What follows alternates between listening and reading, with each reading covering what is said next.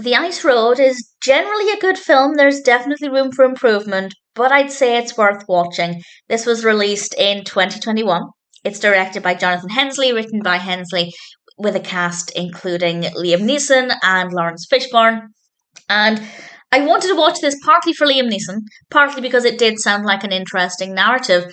It's about an ice road driver who has to lead this rescue mission after a mine collapses. That sounds like it could be a really emotional, intense experience, and for the most part, it isn't. I felt nothing for pretty much the bulk of the film, but eventually it does get somewhere, and I did start to feel some more things, and that made it a little bit more interesting. But it took a tremendous amount of time to get there. I'd say there were times when maybe it was interesting, the beginning was okay, and then the bulk of certainly the first half, but leading into the second half, it was just really, really boring.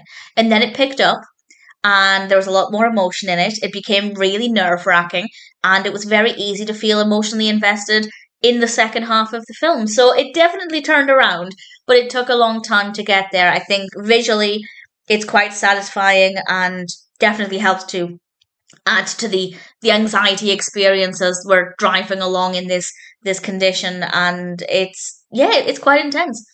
I really like Liam Neeson's character. We have some really great performances. Visually, it's an appealing film. The overarching concept is interesting. The second half of the film is well executed. The first half either needed some work or it just needed to be a little shorter. The film's about an hour and 45, an hour and 50 minutes, which is not tremendously long, but I think if they'd maybe quickened the first half, maybe even cut it in half, not down the middle, but removed bits and pieces here and there, and then we could have got to the good stuff much more quickly, I think the overall experience would have been a lot more satisfying. But that being said, I didn't hate it.